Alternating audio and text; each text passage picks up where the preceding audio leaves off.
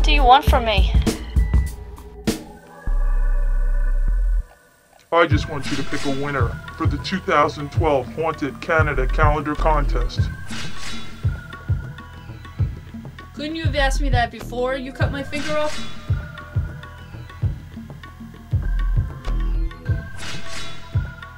The winner for the 2012 Haunted Canada Calendar is...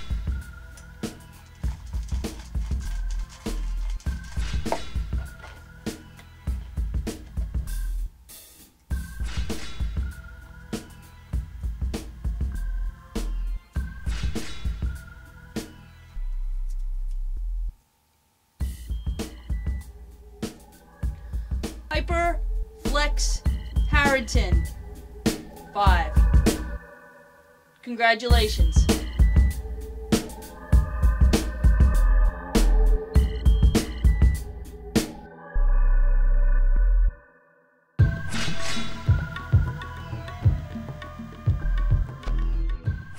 Sorry for the long dragged out version of the contest results, but I always wanted to do a short film and I thought this might give me the opportunity to give it a try. I do have subscribers that do a really good job at short films, and if you're one of them and you're watching this video now, then please leave a comment at the bottom of this video telling me that you want your YouTube channel linked, and I will link it at the end of this video where I usually do the thank you to my subscribers version of the vlog. So thanks again for watching. I want to congratulate Hyperflex Harrington 5 for winning the contest. If I didn't contact you yet, then please PM me your address and I'll send out the calendar as soon as possible. If not, then I will definitely be contacting you. Thanks again to Steve from Steve's Haunted Yard for that awesome mask that was in the video and that really cool shirt, along with this really cool shirt that Corey from Columbia Manor gave me. So thanks again. In this vlog, I'll be showing you the 2012 Bloodcrest Manor haunt plans, and I have a question on my compressors, so hopefully you'll be able to answer that. Sorry for the lack of vlogs, but my daughter is going to prom, graduating, and getting a car, so it's been kind of hectic. Hopefully I'll have a vlog out in the next couple of weeks. I will be going to the National Haunters Convention, so I'll have some footage on that. All you haunt vloggers out there, keep on vlogging. You guys are doing a great job, and hopefully you'll enjoy the rest of this vlog. So thanks again for watching.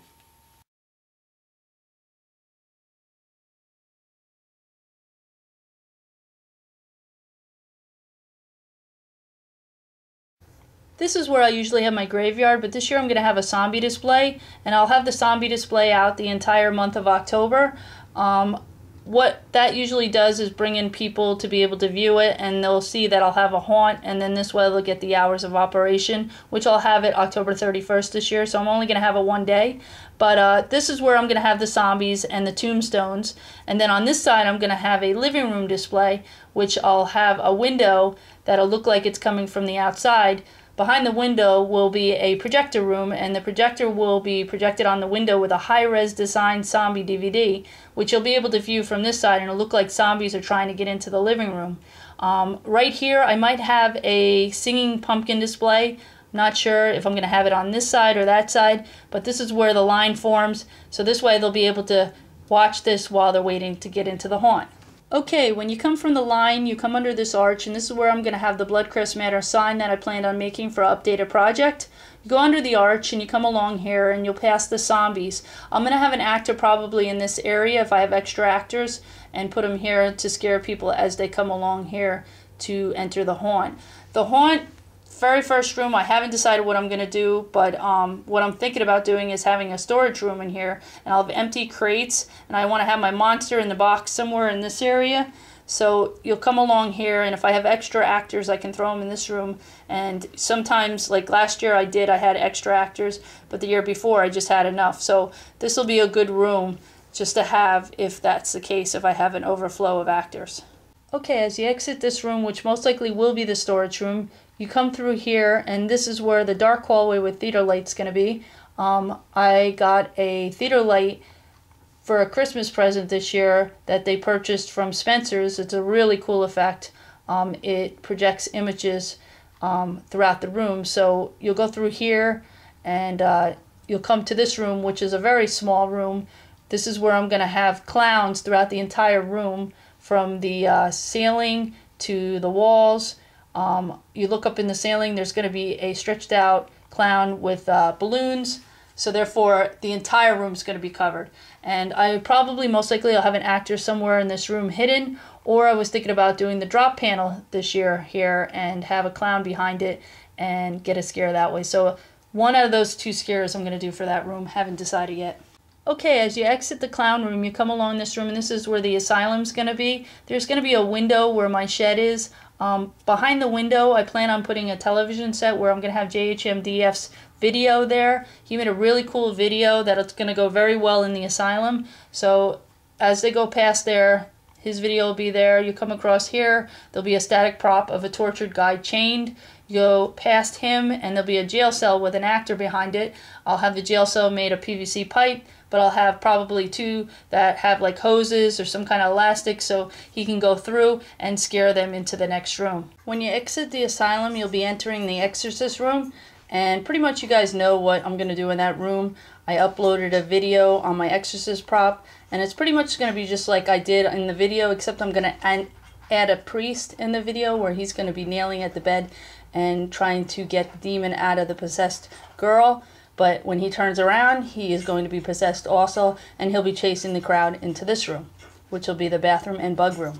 Okay, as you come around this section of the room, you'll see a toilet and a sink, which I already own for the haunt. I'll also have the Bugs DVD from High Res Design projected on this portion of the bathroom. It will be coming from the projector room. I will glue bugs on the wall, which I have flies, cockroaches, and spiders, and just to give that gross effect. So that's pretty much what this room is going to be. And then you come around this section and you enter the next room.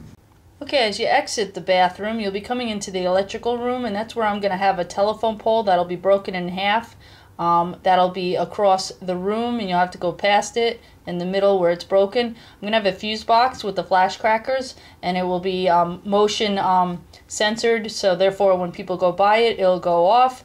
And then you go through this portion, and there's going to be a body that's charred that got electrocuted. So pretty much I'm going to have wires all through this room and going to make it look like, you know, somebody's been electrocuted. So you come through here. Okay, as they enter the electric fence room, they'll be going past this area where the actor will be behind the electric fence in the shed, and he'll be activating the electric fence. In this area, I'll probably have props to try to get people to go closer to the fence, but not too close where it could be dangerous. So they'll go through, and then they'll have to exit the haunt. As they exit the haunt, there'll be a small field with corn stalks and scarecrows. They will have to go through there, but there'll be an actor with a chainsaw that'll be chasing the people out the haunt, and hopefully they'll be like this cartoon character where he goes, "Ah!" and he's scared to death. And pretty much that's it. But I just want to thank you guys for checking that out. And if you have any comments or feedback that could help me, through the process of doing this haunt for 2012, I would really appreciate it. Thank you for taking the time to check it out, and I appreciate any feedback. Okay, here's the compressor that I just recently bought from Harbor Freight. I got it on sale. It was originally $79.99 and I got it on sale for $39.99.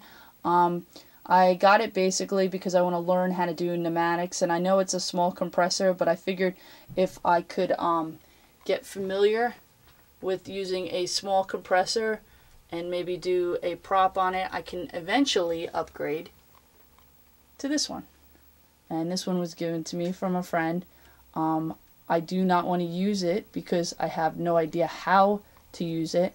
So that's why I ended up getting the smaller compressor, so I feel a little bit more confident when the time comes that I will use this one. I'm not even sure exactly how powerful it is, but let me get you some information. Some of the viewers might be able to help me and tell me what it is capable of doing. Okay, so let me show you. Okay, here's one of the tags on it that hopefully will give enough information to help somebody to be able to let me know what this compressor is capable of doing. But, you know, I know one of the things that I was told that I should look for is the CFM, and I can't find that on any of the tags on the compressor. So hopefully this one will help out and give you a little bit of information to help me, hopefully. So, yeah, so I got this tag, and also one other one that I have a question. Here's the dial, and the one that I have a question about, the tag, it obviously goes up to 100 psi, but on the tag it has information that says maximum pressure 50 psi on the bottom. So if it has capability of going to 100 psi, why is the maximum pressure only 50 psi? So maybe that's another question somebody can answer. So hopefully the information that I gave you will help on helping me. So we'll see. But yeah, I'm not going to probably be using this for a while, but I definitely want to use it in the future. And I'm sure once I start making pneumatic props, I'll get hooked on it, because I can see some of the pneumatic props that's been coming out on the flogs are amazing. And it seems like that once you make one, it's like, you know, you don't stop from that point on. So yeah, but until then, I'll be using this little guy, and hopefully it will get me more familiar and confident on using the bigger one. So if anybody can give me any information, thank you.